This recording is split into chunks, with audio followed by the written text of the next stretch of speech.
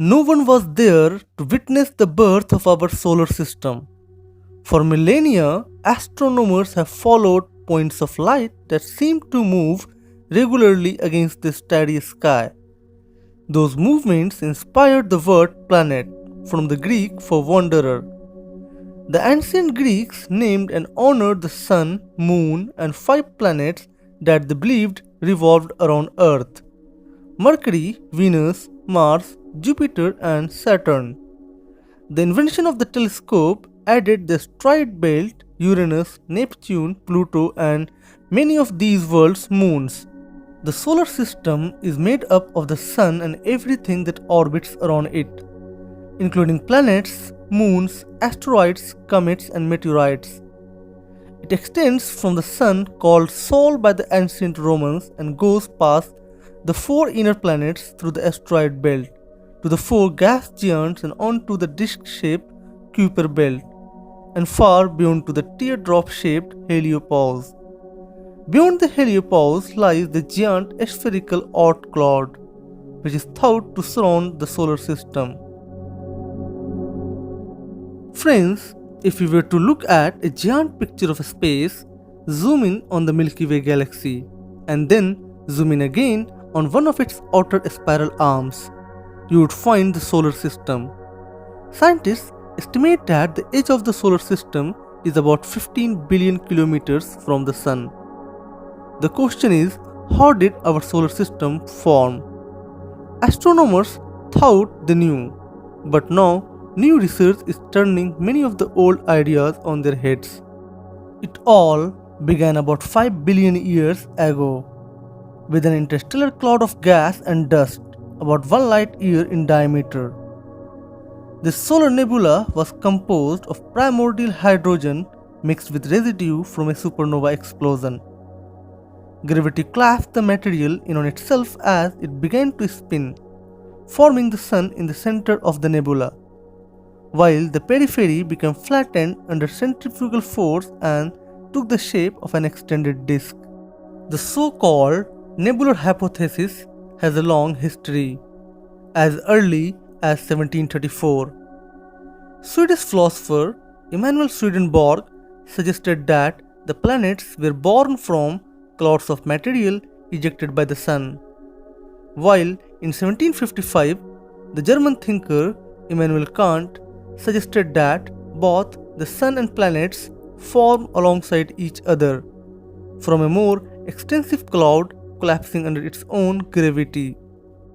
In 1796, French mathematician Pierre Simon Laplace produced more detailed version of Kant's theory, explaining how the solar system formed from an initially shapeless cloud.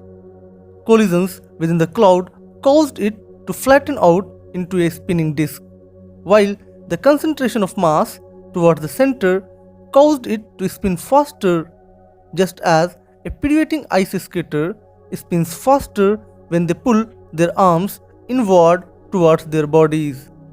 Laplace's model is now known to be more or less correct, but he certainly got some details wrong and left some crucial questions unanswered.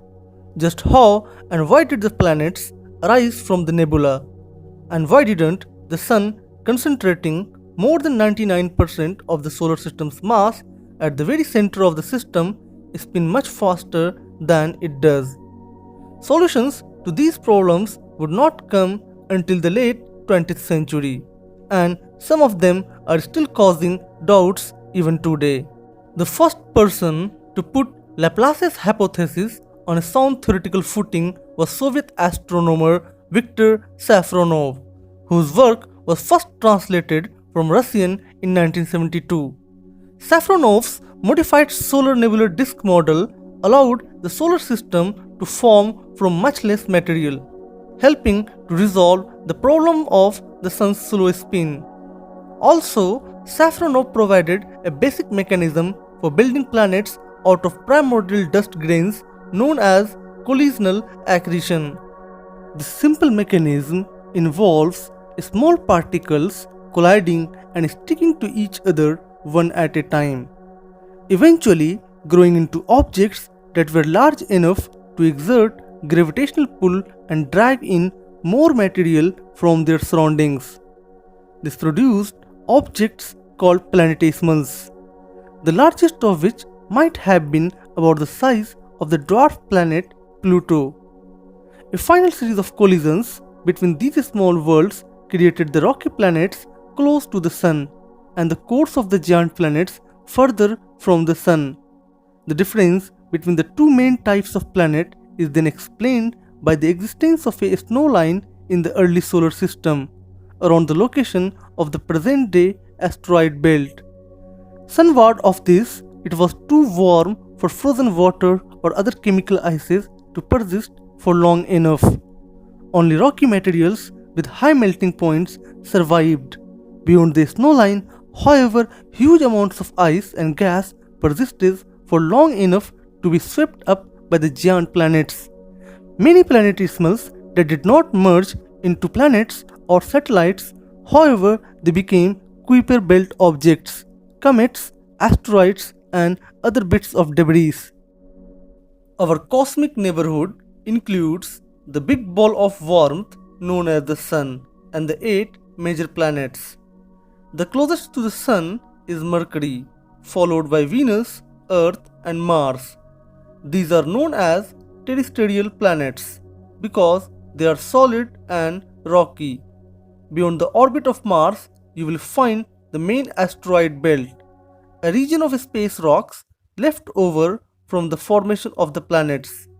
Next come the much bigger gas giants Jupiter and Saturn, which is known for its large ring systems made of ice, rock, or both. Further out are the ice giants Uranus and Neptune. Beyond that, a host of smaller icy worlds congregate in an enormous stretch of space called the Kuiper Belt. Perhaps the most famous residence there is Pluto. Once considered the 9th planet, Pluto is now officially classified as a dwarf planet, along with 3 other Kuiper Belt objects and Ceres in the asteroid belt. The list of our solar system's 9 planets was challenged in 2005 when the discovery of a large body in the Kuiper Belt reopened rigorous discussion among astronomers about planetary classification. The International Astronomical Union met in Prague in August 2006, and though only a fraction of its members were present for the vote, arrived at a new definition of planet. The effect of this decision changed the lineup of our solar system, leaving the number of planets an elite 8. The International Astronomical Union classified Pluto with 2 other smallish bodies as dwarf planets. Ongoing discoveries, no doubt, will continue to change our view of the solar system.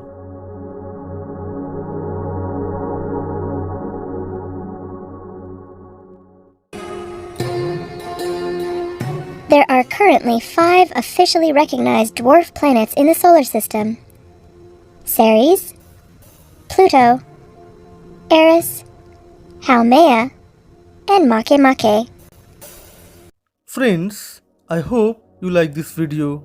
Please like and share my videos, and if you have not subscribed my channel yet, then please subscribe it and hit the bell icon. Thank you for watching.